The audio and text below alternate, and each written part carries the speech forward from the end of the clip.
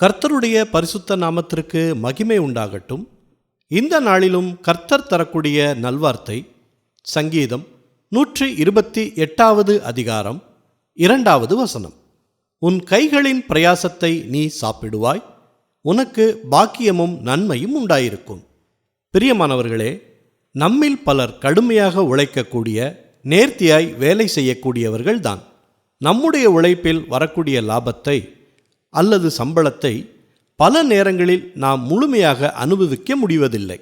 காரணம், வியாதியின் நிமித்தமாக, கடன்கள் நிமித்தமாக நம்முடைய பணமெல்லாம் செலவழிக்கப்பட்டு நம்முடைய கைகளின் பிரயாசத்தை யார் யாரோ சாப்பிட்டு கொண்டிருக்கும்படி சூழ்நிலைகளை சத்துரு கொண்டு வந்து விடுவான்.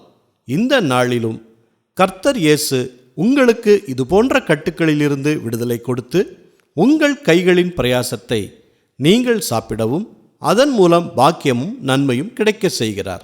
ஜெபிப்போமா. நல்ல தகப்பனே, இந்த நல்வார்த்தையை தந்ததற்காக நன்றி செலுத்துகிறோம்.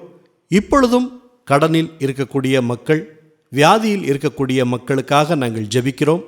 அவர்கள் தங்கள் கைகளின் பிரயாசத்தை முழுமையாக அவர்கள் அனுபவிக்காமல் மருத்துவத்திற்கும் கடன்களை அடைப்பதற்கும் அவர்கள் செலவழித்து அதிலே ஒன்று கூட அவர்களுக்கு நன்மை கிடைக்காமல் இருக்கக்கூடிய சூழ்நிலையை நீங்க பார்த்து அவர்களுக்கு அதிலே ஒரு விடுதலையை கொடுங்க. அவர்கள் கைகளின் பிரயாசத்தை அவர்கள் சாப்பிடவும் அவர்களுக்கு பாக்கியம் நன்மையும் உண்டாயிருக்கும்படி அவர்களுடைய வாழ்க்கையில் நீங்கள் பெரிய அற்புதங்களை நீங்கள் செய்யுங்க. எல்லா துதி கன மகிமை எல்லாவற்றையும் உமக்கே செலுத்துகிறோம். இயேசு கிறிஸ்துவின் நாமத்தில் ஜெபிக்கிறோம் பிதாவே. ஆமேன், ஆமேன். இந்த நல்வார்த்தையை மற்றவர்களுக்கும் பகிருங்கள். மற்றவர்களுக்கும் கர்த்தருடைய ஆசீர்வாதம் கிடைக்கட்டும். கர்த்தர் உங்களையும் உங்கள் குடும்பத்தாரையும் அளவில்லாமல் ஆசீர்வதிப்பாராக. ஆமேன்.